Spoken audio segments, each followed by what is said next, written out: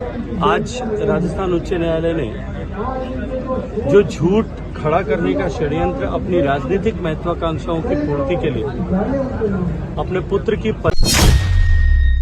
केंद्रीय मंत्री गजेंद्र सिंह शेखावत को दिल्ली हाईकोर्ट से बड़ी राहत मिली है। आपको जानकारी दे दें कि संजीवनी क्रेडिट कोऑपरेटिव सोसाइटी से जुड़े इस पूरे मामले को लेकर के उन्हें बड़ी राहत मिली है। अक्सर इसी मामले को लेकर के अशोक गहलोत उनको अपने निशाने पर भी लेते आए हैं और बार बार वो इस बात का जिक्र करते आए हैं कि हाँ, मेरी इसमें कोई भी संलिप्तता नहीं है। पर अब वो ये बात पूरे ठोस तरीके से कह सकते हैं क्योंकि दिल्ली हाईकोर्ट से उन्हें पूरी तरीके से क्लीन चिट मिल चुकी है। उन्हें जो है बिल्कुल यहाँ पर बेकसूर ठहरा दिया गया है। तो पूरा मामला क्या है वो भी ज़रा आप समझिए।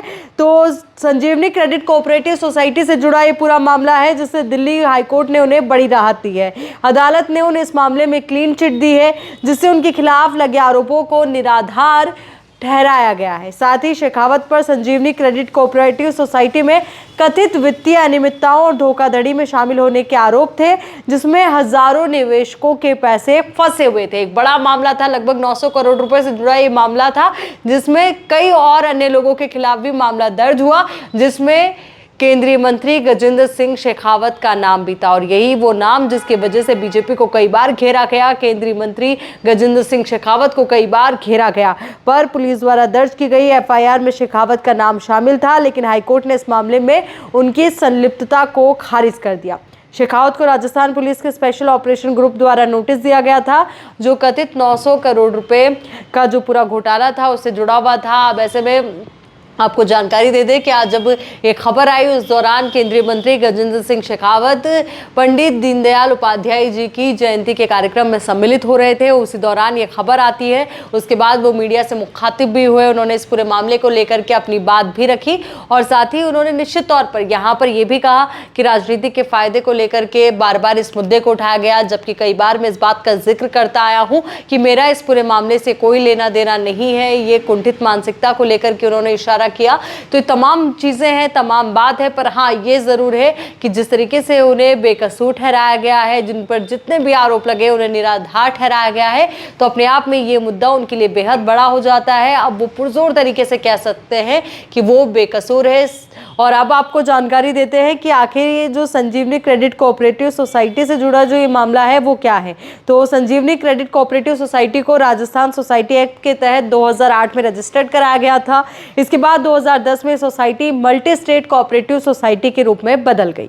इस सोसाइटी के पहले मैनेजिंग डायरेक्टर विक्रम सिंह थे जो घोटाले की जांच में प्रमुख नाम भी हैं। विक्रम सिंह को इस पूरे घोटाले का मास्टरमाइंड माना जाता है जिनकी गिरफ्तारी हो चुकी है।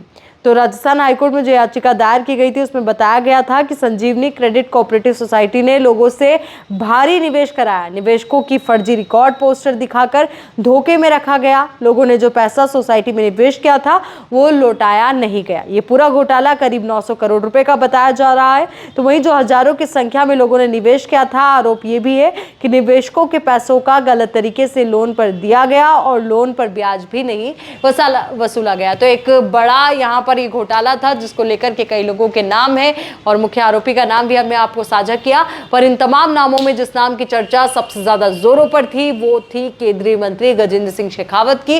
हालांकि अब बड़ी राहत उनके लिए है कि उन्हें क्लीन चिट मिल चुकी है और साथ ही उनके बीजेपी के तमाम कार्यकर्ताओं के लिए भी बड़ी राहत है। बीजेपी के लिए बड़ी राहत की खबर।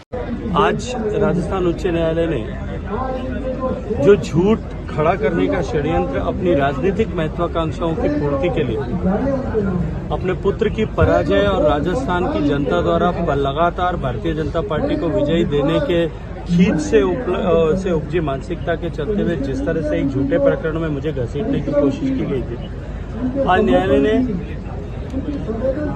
उस पर अपना निर्णय सुनाते हुए उस इन्वेस्टिगेशन को क्वैश कर दिया और साथ साथ में फर्दर इन्वेस्टिगेशन बिना किसी न्यायालय की स्वीकृति के द्वारा न किया जाए, इसको लेकर के आज आदेश सुनाया। एक बार फिर सत्य जीता है और ऐसी कुत्सित मानसिकता किसी व्यक्ति के चरित्र हरण करने का प्रयास जिस तरह से किया गया उसके उन लोगों के मुंह पर आज न्यायालय के फैसले के बाद एक तमाचा